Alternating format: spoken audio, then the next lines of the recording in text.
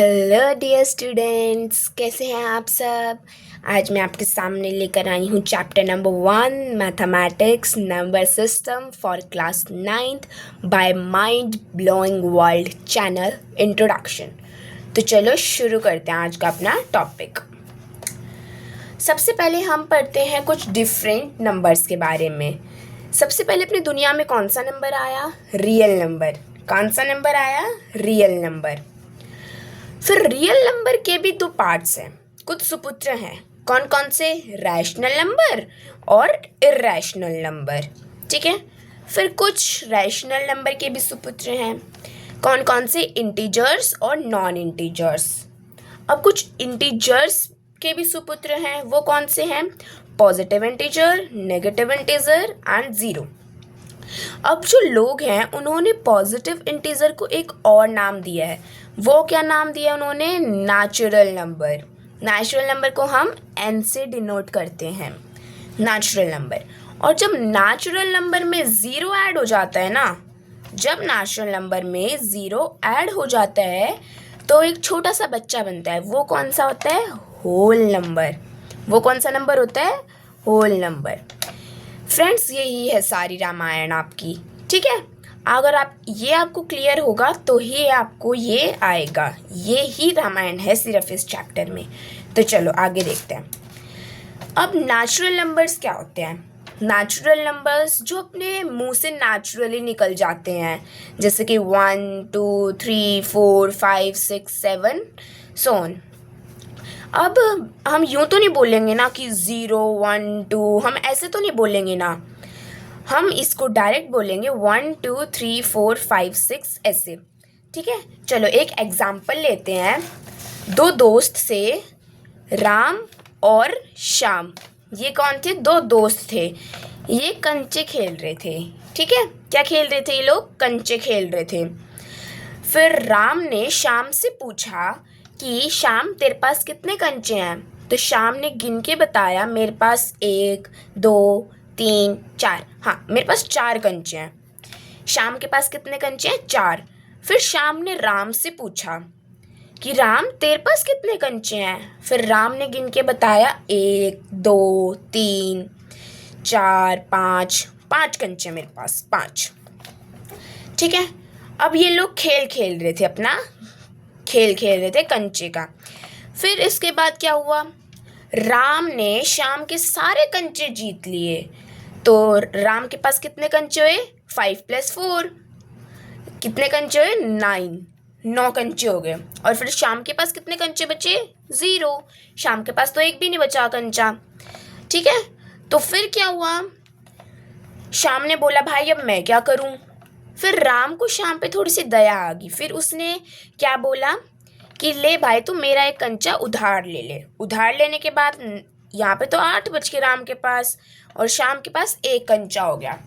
पर वो कंचा उसका उधार का था, तो वो -1 हो गया। ये जो नंबर है ना, ये -1। फिर यहीं से इंट्रोड्यूस हुआ एक इंटीजर। क्या? इंटीजर्स बने इससे। ठीक है। अब देखो इंटीजर कौन कौन से होते हैं। इस साइड सबसे पहले तो ज़ीरो लिखेंगे। इस साइड तो 1 2 3 4 5 पॉजिटिव, और इस साइड सारे नेगेटिव लिखेंगे।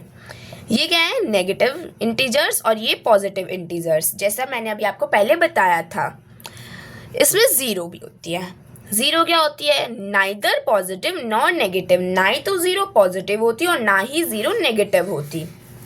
ठीक है। अब जो लोग थे वो ना बैठे बैठे बोर हो रहे थे, तो उन्होंने क्या करा उन्होंने? वो यूं ही खेल खेल रहे थे कि 1 + 3 कितना हुआ? 3 हुआ भाई। वो तो हमारा इंटीजर्स में पहले ही आ चुका, ये आ चुका 3, है ना। फिर उन्होंने क्या करा? 1 - 3 = -2। फिर ये भी आ चुका है भाई हमारे -2 इंटीजर्स में, है ना। फिर इन्होंने क्या करा? 1 × 3 = 3। भाई ये तो 3 तो आ ही रखा है। फिर इन्होंने क्या करा? 1/3, इसका मतलब 1/3। ये तो एक नई टर्म बन गई, ये नया नंबर मिल गया। इस नंबर को हम क्या बोलेंगे? Rational number. क्या बोलेंगे? Rational number. अब मैं आपको रैशनल नंबर की सबसे आसान से आसान डेफिनेशन बताती हूँ।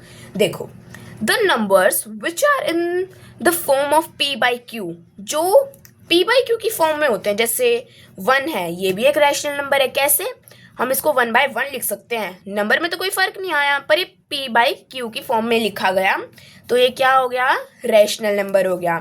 3 भी एक रैशनल नंबर है, क्योंकि हम इसको 3/1 लिख सकते हैं। क्यों लिख सकते हैं हम 3/1? अब बेटा, हम जब कुछ नहीं लिखते, जब किसी नंबर पे प्रभाव पड़ रहा होता है, इसमें तो 1 का तो कुछ है ही नहीं रोल, तो हम इसको ऐसे लिख सकते हैं। ये कैसे लिखा गया? p बाई क्यू की फॉर्म में लिखा गया। ठीक है, अब इसकी कुछ शर्तें होती हैं। q जो होता है ना, वो 0 नहीं होना चाहिए भाई। ये क्या बात हुई? ये इसलिए है, अगर देखो 3/0 होगा, डिवाइड करेंगे तो अनडिफाइंड हो गया ना, तो ऐसे, इसीलिए q इज इक्वल्स टू 0 नहीं, नॉन अनइक्वल्स टू 0। ठीक है, where p and q are coprime, p and q coprime होते हैं। अब मैंने एक टर्म यहाँ पे यूज करी है, को प्राइम। को प्राइम क्या होता है? को प्राइम वो होते हैं जिसका केवल सिंगल एक फैक्टर होता है, जिसका सिर्फ 1 फैक्टर होता है, 1, ओनली 1। कैसे? देखो 2 एंड 3, इसके बीच में कितना फैक्टर? एक ही तो है ना, तो इसलिए ये क्या है? को प्राइम नंबर। ठीक है, अब एक रैशनल नंबर का एग्जांपल लेते हैं अपन। ये एक रैशनल नंबर है। ठीक है, ये देखो, अब मैंने क्या लिया एग्जांपल? 2/3 का। ठीक है, अब इसको हम डिवाइड करेंगे। डिवाइड तो आपने लोअर क्लासेस में सीखा है ना। चलो, अब हम इसको अगर डिवाइड करेंगे तो ये हम ऐसे करेंगे, 3 बाहर और 2 डिवाइड में अंदर हो जाएगा। अगर हम इसको सॉल्व करते जाएंगे, फिर इसमें क्या आएगा? 0 पॉइंट लगा पहले तो, क्योंकि ये बड़ा है, अंदर छोटा है। फिर ये ऐसे ख़त्म ही नहीं होगा, ये ऐसे रिपीटिंग है। ये नंबर क्या है? रिपीटिंग। क्यों है ये रिपीटिंग? क्योंकि ये नंबर ख़त्म ही नहीं हो रहा। अब देखो, अब जो लोग हैं वो ये सोच रहे हैं कि अगर ये हम 6 लिखते जाएंगे तो बहुत टाइम लेगा अपना, तो इसलिए लोगों ने क्या एक टर्म बनाई, बार की। कैसी टर्म बनाई? बार की। इससे क्या होता है? ये 0.6 बार। इसका मतलब क्या होता है कि ये जो नंबर है वो क्या है? रिपीटिंग नंबर है। ठीक है, जो कि ख़त्म नहीं हो रहा है ये नंबर। ठीक है, इसके बाद आते हैं 3/2। अब इसमें क्या है?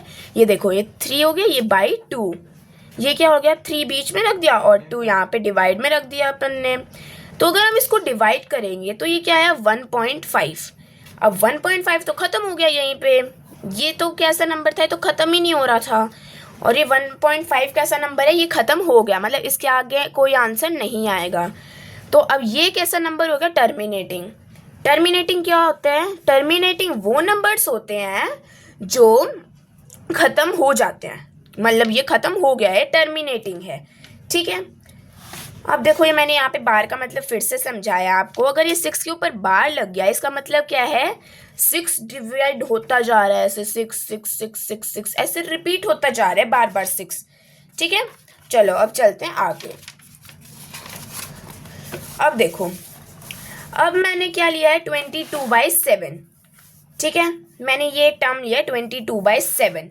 अब इस टर्म का मतलब, ये तो पाई की वैल्यू भी है ऐसे, तो ये तो पाई की भी वैल्यू है ना, ये ऐसे पाई की भी वैल्यू है ना, 22/7। देखो, अगर हम इसको सॉल्व करेंगे पूरा, तो देखो ये कैसा नंबर है? नॉन टर्मिनेटिंग, मतलब ये तो नंबर ख़त्म भी नहीं हो रहा है और आगे बढ़ता जा रहा है, बढ़ता जा रहा है, बढ़ता जा रहा है, ख़त्म भी नहीं हो रहा है। और ये नॉन रिपीटिंग है, इसमें कोई भी नंबर रिपीट नहीं हो रहा है, तो ये कैसा नंबर हो गया? Non repeating, non terminating number. ठीक है, अब यहाँ पे आपको एक और चीज़ पता लगती है, जो पाई की वैल्यू होती है वो कितनी होती है? 22/7।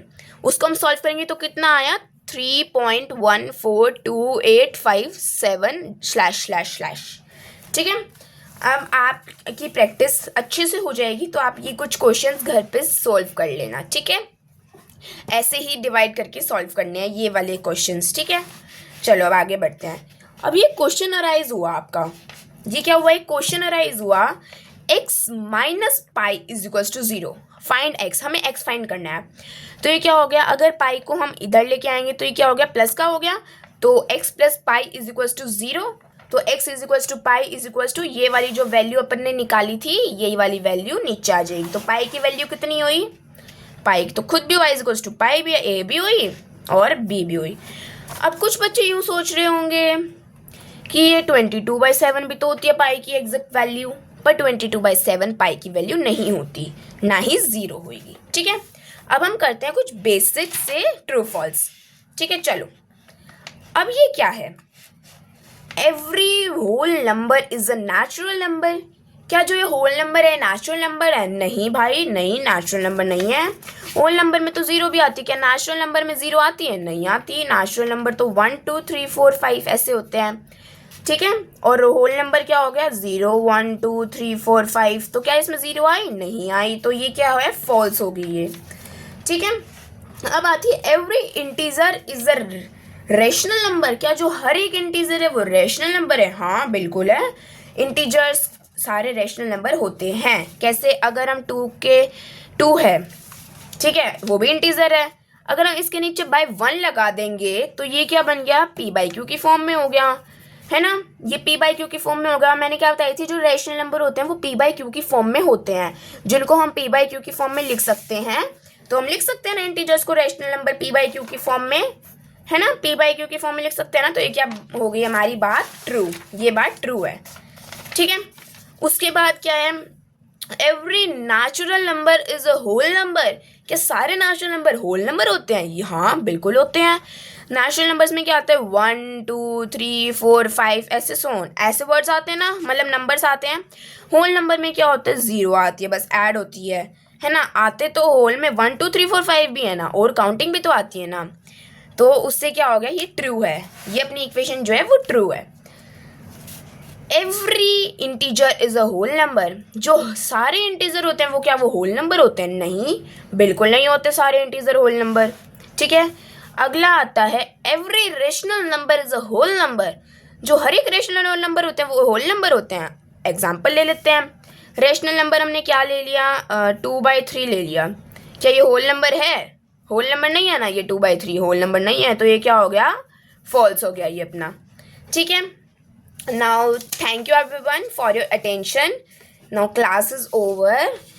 Everyone please like, share and subscribe my channel. Thank you. अब हम करेंगे अगली क्लास में, ठीक है, अगली क्लास में करेंगे 1.1 के साथ, क्वेश्चन 1 के साथ फिर आएंगे। ठीक है, everyone Tata and have a good day ahead.